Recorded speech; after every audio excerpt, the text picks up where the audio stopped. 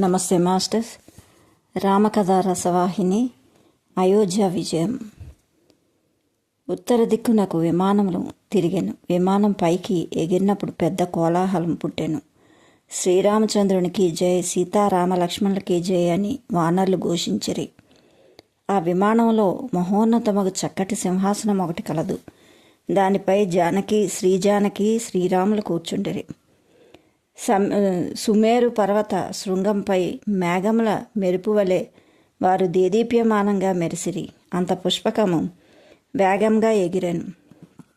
శ్రీరాముడు సీతను చూసి, ఓ జానకి, ఇదిగో రణస్థలం, ఇచ్చటనే లక్ష్మణుడు మేఘనాథుని సంహరించాను అని యుద్ధభూమి యొక్క గుర్తులన్నీ పైనుంచి చూపుచూ వచ్చాను. వానర్లు కట్టిన సీతను కూడా చూపుచూ వానర్ల ప్రతాపము, భక్తి శ్రద్ధలు అనేక విధములుగా వర్ణించాను. అతివేగంగా విమానం దండకారణ్యంకు వచ్చాను. అంత విమానం దింపి అగస్యాది మహామునులు ఆశ్రమం వద్ద దిగి శ్రీరాముడు, సీత, లక్ష్మణ, వానర యోధులు సైతం అగస్యుల వారిని దర్శించి అతనికి నమస్కరించి సెలవు తీసుకొని విమానం అధిష్ఠించి చిత్రకూట పర్వతంకు వచ్చాను. అచ్చట నివసించుచున్న మునులు దర్శించి సీతకు కిష్కింద నగరం పైనుండియే చూపించి వేగంగా పోచున్న విమానం నుండి పావన యమునా నది, గంగానది చూపించాను. వాటిని చూసి సీత మనసులో నమస్కరించాను. అంతవారు తీర్థరాజమగు ప్రయాగం దర్శించిరి. అక్కడి నుంచి శోభాయానంగా వెలుగుచున్న అయోధ్య కూడా దూరం నుండి చూచిరి. రాముని ఆగమం చూసి నిషాదపతి కింద నుంచి నమస్కరించాను.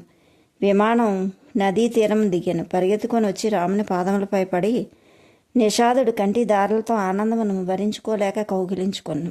సీతారామలక్ష్మణులు నిషాదుని ఆశీర్వదించి గంగలో స్నానమాచరించి నావను తెమ్మని నావనెక్కి అవతల దాటిరి.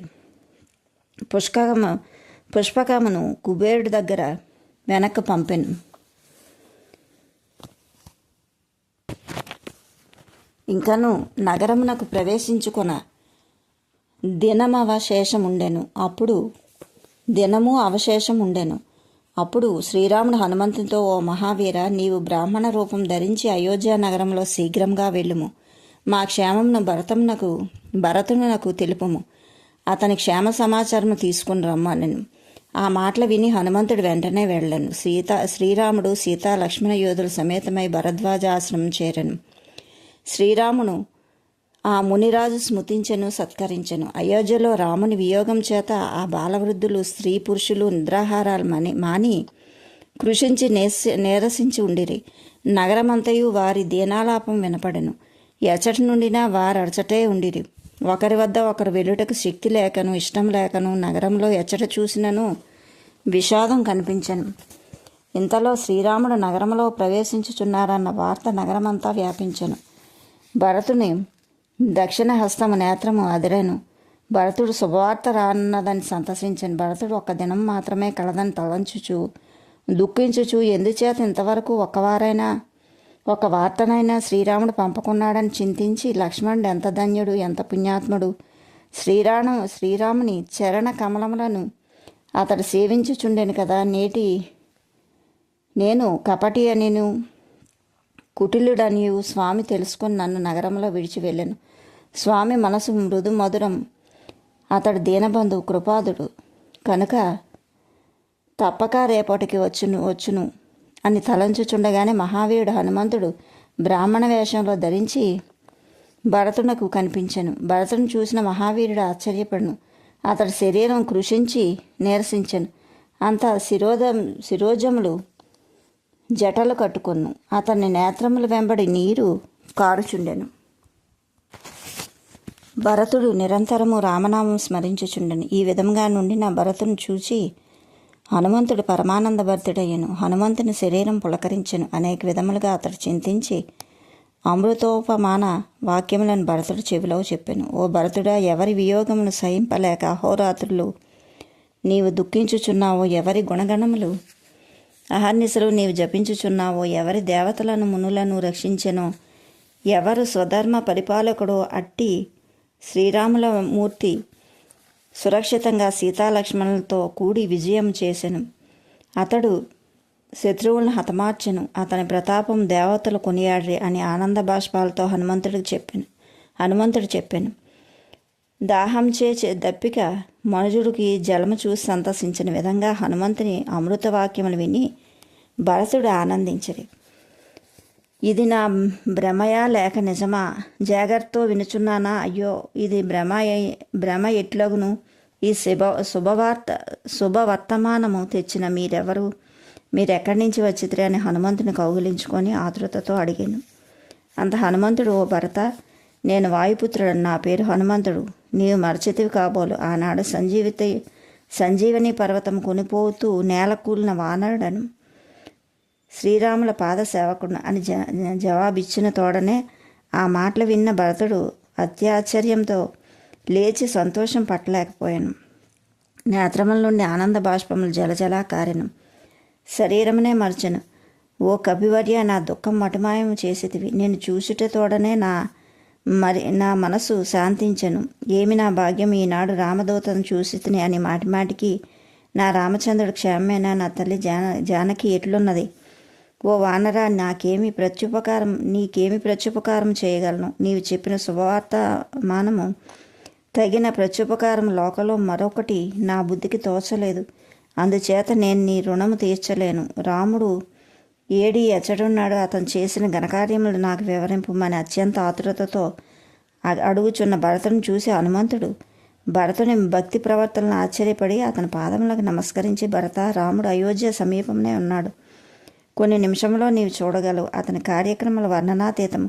నీకు తెలియనేగా శ్రీరాముడు నిన్ను నిరంతరం తలంచుచునే ఉండేవాడు.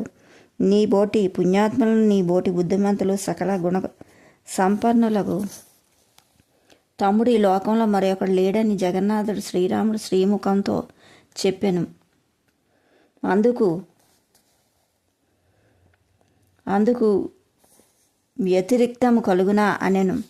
భరతుడు ఆ మాటలు విని పట్టలేనంత సంతోషంతో శ్రీరాముడు నన్నిట్లు వర్ణించిన నేనెంత అదృష్టవంతుడిని హనుమంతుడిని గాఢంగా ఆలింగనం చేసుకున్నాను. ఇక కాలాపాలనం చేయకూడదని భరతుడి దగ్గరికి వెళ్ళి సెలవు తీసుకుని హనుమంతుడు రాముని వద్దకు బయలుదేరాను. భరతునికి సర్వ వృత్తాంతము రామునికి వినిపించాను. భరతుని 2 కాళ్ళు ఒక చోట నిలవలేదు. నందిగ్రామం నుండి సరాసరి అయోధ్య నగరం వరకు వచ్చి వశిష్ఠుల వారిని నమస్కరించి శ్రీరాముని వృత్తాంతం తెలిపి అనంతరం అంతఃపురంలో ప్రవేశించి శ్రీరాముడు సీతాలక్ష్మణులతో కూడి సురక్షితంగా నగరంలో ప్రవేశించబోతున్నారని 3 తల్లులతో చెప్పి ఆనంద బాష్పాలు కారుచూ పట్టలేని ఆనందంతో గంతులు వేశాను. ఆ మాటలు విన్న తల్లులు తుల్లిపడి దిగ్గున లేచిరి.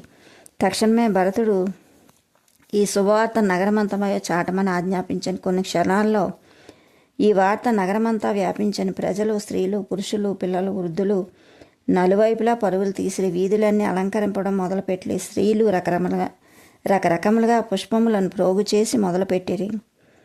భరతుడు సుమంత్రాది మంత్రులను, కులగరువులైన వశిష్ఠాది గురువులను, 3 తల్లులు, పండితులు, పురజనులు, చతురంగ బలములు మొదలుపెట్టుకుని తమ్ముడు శత్రుఘ్నుడితో కూడి సంతోషంతో శ్రీరాముని దర్శించడం మొదలుపెట్టాను. అనేక పురస్త్రీలు శ్రీరాముని దర్శించుటకు మేడలనెక్కిరి. శ్రీరాముడు అయోధ్య నగరం యొక్క శోభను గూర్చి వానర్లకు చెప్పుచుండాను. ఓ సుగ్రీవ, ఓ అంగద, ఓ విభీషణ, అయోధ్య పరమ పవిత్రమైంది, సుందరమైంది అని అనేక విధములుగా అయోధ్యను వర్ణించుచుండ భరతుడు చతురంగ బల సమేతుడై పాలెను. ప్రజలు, పండితులు, తల్లులు శరత్కాల రాకాచంద్రుణ్ణి చూచి సముద్రం పొంగిన విధంగా శ్రీరామచంద్రుని చూసి సంతోషించిరి. వారి కోలాహలము మిన్నుముట్టెను. తల్లులు భరించలేని ఆనందంతో కుమారుని కౌగలించుకొని మైమర్చిరి. సీతారామ లక్ష్మణులు తల్లులు నమస్కరించిరి. ఉభయ ఆనందములకు అంతులేకపోయాను. రాముని వియోగ దుఃఖంతో కృషించి నిరసించిండిన భరతుని చూచి శ్రీరాముడు ప్రేమతో దగ్గర తీసుకుని అనేక విధములుగా భరతుని వర్ణించెను. వశిష్ఠ, జాబాలి, వాసుదేవాది మహర్షులను చూసి పాదములకు సీతారామ లక్ష్మణులు నమస్కరించిరి. మహర్షులు సైతం శ్రీరాముని దర్శించి ఆనంద బాష్పాలు నిలుపుకోలేకపోయారు. పండితులు శతమానం భవతి, శతమైశ్వర్య భవతి, శతం దీర్ఘాయుష్మా అని మిన్నుముట్ట దీవించితురే. భరతుడు, శత్రుఘ్నుడు శ్రీరామ చరణావిందములకు సాష్టాంగ దండ ప్రమాణంలో ఆచరించిరి. శ్రీరాముడు ఎంత లేవమన్నను పాదములపై పడిన సోదరులు లేవలేకపోయారు. అంత లక్ష్మణ శ్రీరాములు ఇరువురిని లేపి సోదరులను కౌగలించుకొని ఒకరినొకరు చూసి ఆనంద బాష్పములు విడుచుకొనిరి. ఆనందంతో వాళ్ళ సౌందర్యం తేజోపుంజం దేదీప్యమానంగా వెలిగిన అన్నదమ్ములు నలుగురు కూడా ఒకే విధంగా కనిపించిరి. మూర్తీభవించిన సౌందర్య రాసుల్లా తోచిరి. వియోధ దుఃఖములు మరచి సంయోగానంద సాగరంలో మునిగిరి. విభీషణ, సుగ్రీవ, నల, నీల, అంగద, హనుమంతాదులు సుందర్లగు శరీరములు ధరించిరి. వారిని చూసి పురజనులు చాలా ఆనందించిరి. భరతుడు వ్రతమును సుశీలను పురజనులు 1000 నోళ్ల కొనియాడిరి. పురజనులు భక్తి ప్రవర్తులను చూసి శ్రీరాముడు మెచ్చుకొనెను. వానరులను విభీషణులను పిలిచి వాళ్ళ సోదరులు గురువులు పరిచయం చేశాను. 3 తల్లులు చూసి వీరు మా తల్లులను పరిచయం చేసిన తోడనే అందరికి నేల కాలి నమస్కరించి మహాధన్యులం, సాక్షాత్ పరమాత్మనే కన్న తల్లులెంత పూజనీయులని వారిని ఆశీర్వదం ఆశించరి. కౌసల్యాదేవి, వానర్లారా, మీరు నా బిడ్డ శ్రీరామునితో సమానం. మిమ్మల్ని శ్రీరాముడు ఎప్పుడూ మరువకుండా కాపాడుగాక అని దీవించెను. అంత అందరూ ఆయా రీతిగా నిర్ణయించిన రథములో కూర్చొని నగరమును ప్రవేశించిరి. బంగారు పాత్రలతో వసంతములతో నిండి పురజనులు తమ తమ ద్వారముల వద్ద నిలబడిరి. గృహములకు జెండాలు కట్టిరి.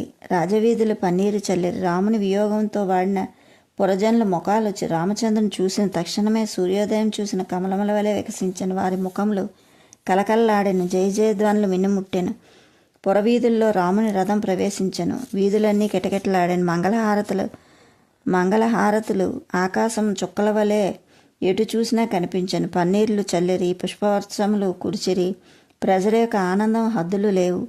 ఈ విధంగా 4 సోదరులు, 3 తల్లులు, జానకీదేవి కూడి శ్రీరాముని పురవీధుల్లో వెళ్తూ ఉండడం చూచిన వారికి కన్నులెంత ధన్యంతతో వారెంత పుణ్యపురుషులో అని 1000 నోళ్ళ వారిలో వారు పొగుడు కొనుచుండిరి.